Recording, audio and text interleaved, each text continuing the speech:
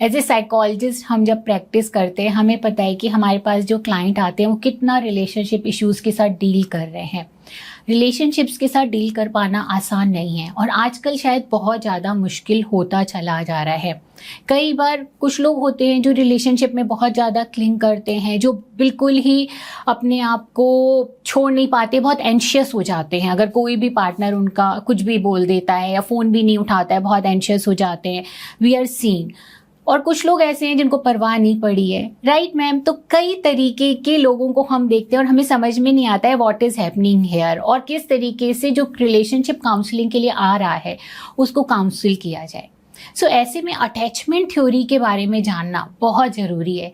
तो मैम क्या आप बताएंगे आसान शब्दों में हमारे व्यूअर्स को कि what exactly is attachment theory? बिल्कुल अमिता, अटैचमेंट थ्योरी एक तरह का रोड मैप है जो हमारे लिए बहुत आसान कर देता है रिलेशनशिप्स को समझना और रिलेशनशिप्स के पेन को समझना। राइट। और जब हम उसको समझ पाते हैं तो फिर तभी हम उस दर्द को दूर भी कर पाते हैं। और जैसे तुमने कहा कि रिलेशनशिप्स हैंडल करना बिल्कुल भी आसान नहीं हो रहा है।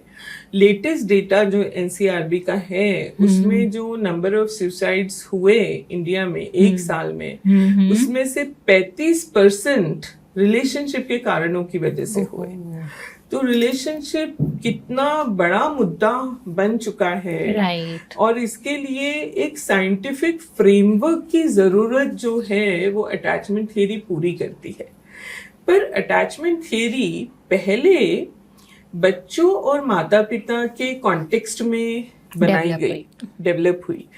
और उसका जो श्रेय है वो जॉन बोल्बी और मेरी एंसवर्थ को जाता है और उनकी टीम को जाता है। तो उन्होंने क्या किया, उन्होंने 0 to 1 ईयर के इन्फेंट्स को अपने केयर गिवर्स के रिलेशनशिप में देखा। तो उन्होंने देखा कि जब बच्चा रोता है, बच्चा पहले तो भूख की वजह से रोता है या कोई डिस्कम्फर्ट होता है उसकी वजह से रोता है, राइट। या फिर वो इसलिए रोता है क्योंकि उसको केयर गिवर का अटेंशन चाहिए। अब जब उसकी जरूरत है, जब उसकी नीड है इन तीनों में से कोई, और केयर गिवर तुरंत उसको रिस्पॉन्ड करते हैं, उसको दूध पिला देते हैं, उसको गीले का सूखा कर देते हैं, उसको उठा लेते हैं, कजोल कर लेते हैं, प्यार कर लेते हैं, छाती से लगा लेते हैं, तो उसकी हंगर की नीड, उसकी कंफर्ट की नीड और साथ में जो तीसरी नीड फुलफिल हुई उसको हम कहते हैं attachment need. Attachment need fulfil हो गई। जब अटैचमेंट नीड सेटिस्फाई हो जाती है, फुलफिल हो जाती है, तो जो अटैचमेंट डेवलप होता है उसको नाम दिया गया सिक्योर अटैचमेंट। तो जो हम लेमन भाषा में बोलते हैं ना सिक्योरिटी और इनसिक्योरिटी, ये यहाँ से आ रहा है। तो सिक्योर अटैचमेंट मतलब क्या कि मेरा आपके ऊपर, अपने प्राइमरी केयर गिवर के ऊपर फुल ट्रस्ट है कि जब भी मुझे नीड होगी and I will ask for your attention, I will ask something from you, you are going to provide me and on time. Primary care giver बोले तो हम पेरेंट्स को ज़्यादा डिनोट कर रहे हैं कि पेरेंट्स हमारे जो है अगर हमारी नीड्स को फुलफिल करते हैं, हमें अगर हम रो रहे हैं उस समय हमें अटेंशन देते हैं, प्यार देते हैं, सिक्योरिटी देते हैं, तो हमारा जो अटैचमेंट डेवलप होता है वो सिक्योर अटैचमेंट होता है। एग्जैक्टली। तो ये जो सेफ्टी हमें फील होती है, प्रोटेक्टेड फील होता है, ये जो फीलिंग है ये फिर जनरेट करती है कॉन्फिडेंस कि अब हमें पता है कि there is someone at our back जो हमें प्रोटेक्ट कर रहा है। अब हम जाके दुनिया को एक्सप्लोर कर सकते हैं। राइट।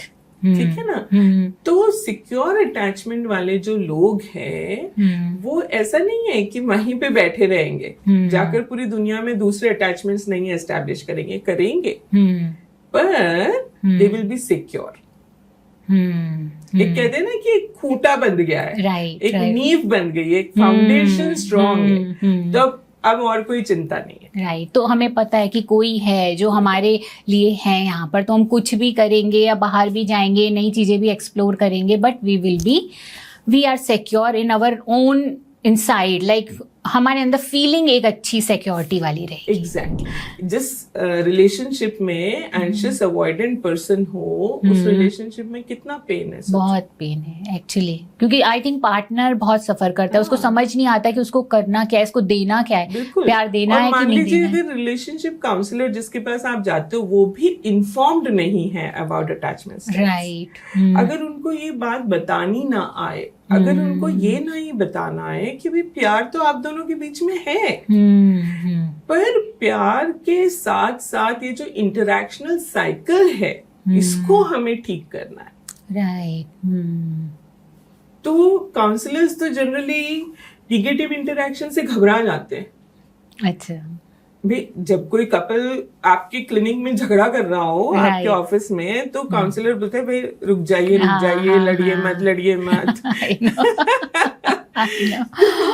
तो वो इंटरैक्शन साइकिल जो है उसको कैसे ब्रेक करें, इस पर हमें ध्यान देना पड़ेगा। और इसके लिए पहला स्टेप ये है, इस अटैचमेंट साइकिल के पूरे, सू जॉनसन इसको कहते हैं इमोशनल ड्रामा, ये जो ड्रामा हो रहा है हमारे सामने, एन एक्ट। अल्टीमेटली हर एक को वही चाहिए, क्या चाहिए? Safe haven, secure connection. Right. हम रिलेशनशिप में क्या मांग रहे हैं एक दूसरे से? सिक्योरिटी, तुम मुझसे क्या मांग रही हो, मैं तुमसे क्या मांग रही हूँ? सेफ हेवन, सिक्योर कनेक्शन, जहां पर we are asking each other a simple question, are you there for me? That's so true. Amita doctor Chinu को कॉल करती हैं, मैम आपके साथ एक पॉडकास्ट रिकॉर्ड करना है। She is anxious, answer yes में आएगा, नो में आएगा। She wants to ask are you there for me, अभी मुझे जरूरत पड़ी, मैंने आपको बुलाया, आप आओगे? आर यू देयर का क्या मतलब होता है? A stands for accessibility and availability. Okay. Will you be available for me? Can I talk to? या अमिता तो बहुत बड़ी काउंसलर बन गई है, अब मेरा फोन भी पता नहीं उठाएगी कि नहीं उठाएगी। एक्सेसिबिलिटी में डाउट हो गया। मेरे हस्बैंड इतना ज्यादा बिजी रहते हैं कि मैं दिन भर में उनको कॉल भी नहीं कर पाती हूँ। या फिर ऐसा है कि वो कितने भी बिजी रहे मेरे कॉल को जरूर कॉल बैक करेंगे। Right, this trust inside us, that is, चाहे 2 घंटे बात करें, चाहे वो किसी को बोल दें कि भाई एक बार बोल दो कि मैं मीटिंग में हूँ। दैट्स सो ट्रू, है ना? Accessibility, availability. दूसरा है रिस्पॉन्सिवनेस। क्या रिलेशनशिप्स में आप पॉजिटिवली, कंस्ट्रक्टिवली रिस्पॉन्ड कर पा रहे हो या आप रिएक्ट करते हो? तो रिस्पॉन्स जो है वो डेलिबरेट होता है। Okay.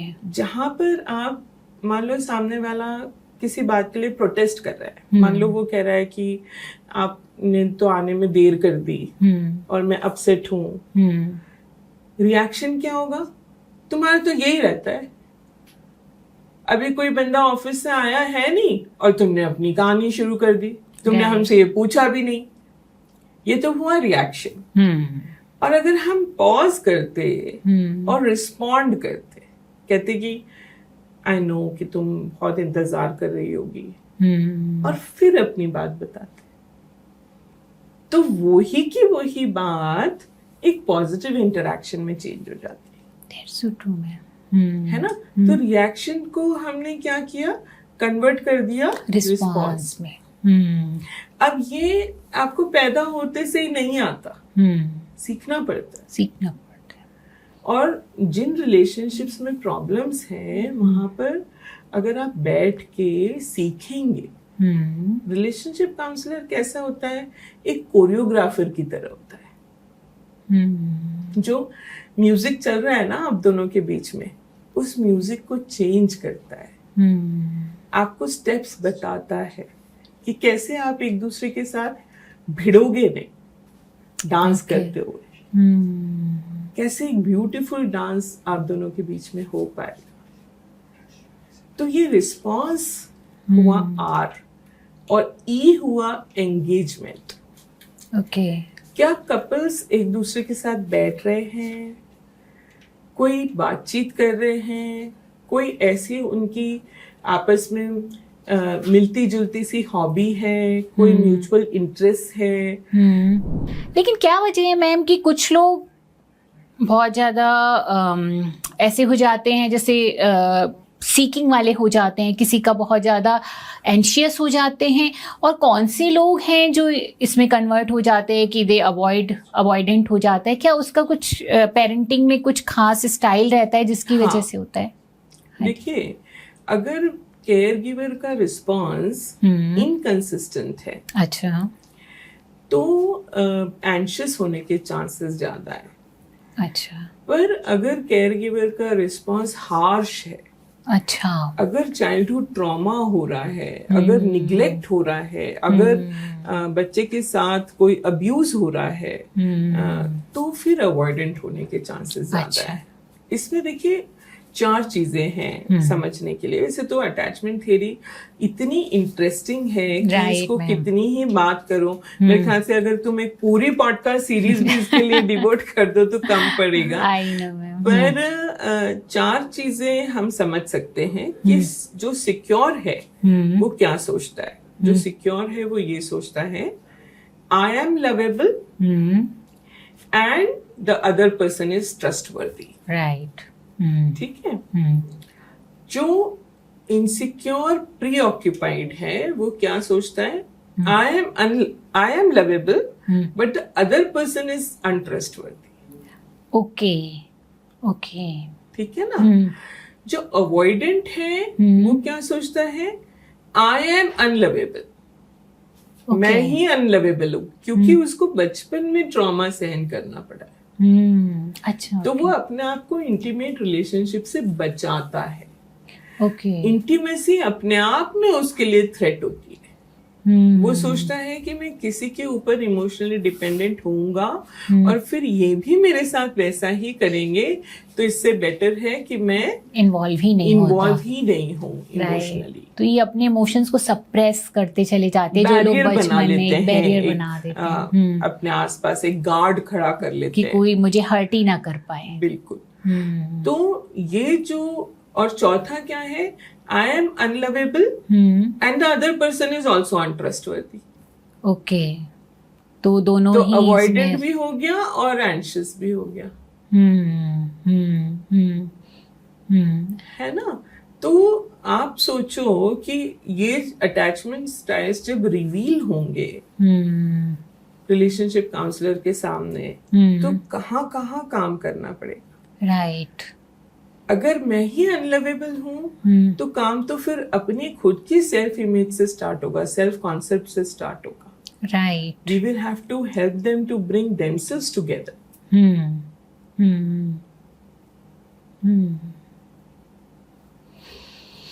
Right ma'am, right.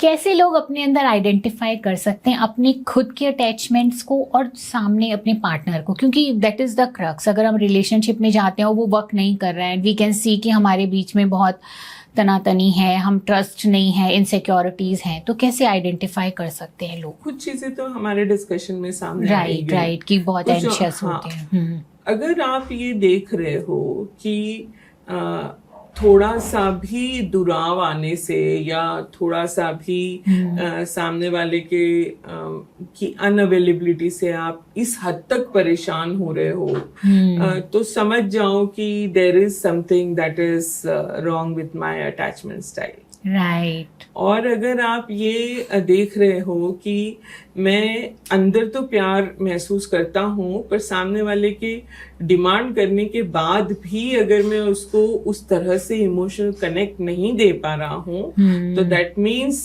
There is something that is dismissing और अवॉइडेंट। Right, right.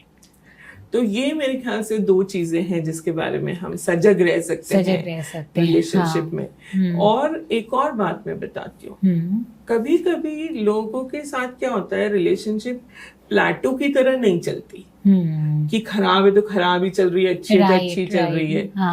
रिलेशनशिप का एक इंटीग्रल पार्ट है कॉन्फ्लिक्ट। कॉन्फ्लिक्ट रिलेशनशिप में होता ही है, राइट। पर ये कैसे चलती है, ऐसे चलती है, फ्लक्चुएट होती है, कभी अच्छा समय आता है, कभी खराब आता है, बिल्कुल सही है। पर अगर खराब समय ज्यादा आ रहा है, राइट, आप दोनों से रिजॉल्व नहीं हो रहा जल्दी और लंबे समय तक चल रहा है, तो आप जल्दी से किसी की हेल्प ले लीजिए। राइट, क्योंकि प्यार होना काफी नहीं है, रिलेशनशिप के स्किल्स भी आने चाहिए। अगर मेरा बस चले तो मैं तो बचपन से ही रिलेशनशिप स्किल्स भी सिखाना शुरू कर दूं बच्चों That's so true, ma'am. I think इसमें पेरेंट्स का बहुत बड़ा रोल है और पेरेंटिंग एजुकेशन का बहुत बड़ा रोल है। उनको ये बताना कि अटैचमेंट्स किस तरीके से ना सिर्फ अभी बच्चों की ग्रोथ पे इम्पैक्ट डाल रहे हैं, बल्कि ये बच्चों के आगे जाने वाले उनके रिलेशनशिप्स और may be ma'am I think इसका उनके वर्क स्पेस पे भी कहीं ना कहीं इम्पैक्ट है। सब जगह आप देखो, बच्चे बोलते हुए आपने सुने होंगे कि हमने तो अपने बचपन में इतना झगड़ा देखा है कि मैं तो शादी नहीं करूंगा। हाँ, मैं तो कभी शादी नहीं करूंगी, मैंने तो सोच लिया है। हमेशा के लिए वो ट्रॉमेटाइज हो गए रिलेशनशिप्स को लेकर। बिल्कुल सही बात और है। वर्क प्लेस पर भी जैसे तुमने कहा, ये भी एक अलग से पूरे एपिसोड का मुद्दा है, जहां पर हम देखते हैं वर्क प्लेस पे कि आप जरा से फीडबैक से ट्रिगर हो जाते हो। किसी का भी आप कुछ भी सुन नहीं पाते हो, एक मेच्योर तरीके से रिलेशनशिप्स को नहीं ले पाते हो, अपने पीयर्स के साथ, अपने सबऑर्डिनेट्स के साथ, अपने कस्टमर्स के साथ, अपने सुपीरियर्स के साथ। That's so true, ma'am. तो इसका इम्पैक्ट, बचपन के होने वाले अटैचमेंट्स का इम्पैक्ट इतना बड़ा है हमारी आगे आने वाली लाइफ में, पूरा पर्कुलेट हो गया है, आप देखो। बिल्कुल बिल्कुल। तो that's why I think parents को भी एजुकेट करने की, उनके साथ इस तरीके के सेशंस, वर्कशॉप्स होने की बहुत ज़्यादा ज़रूरत है।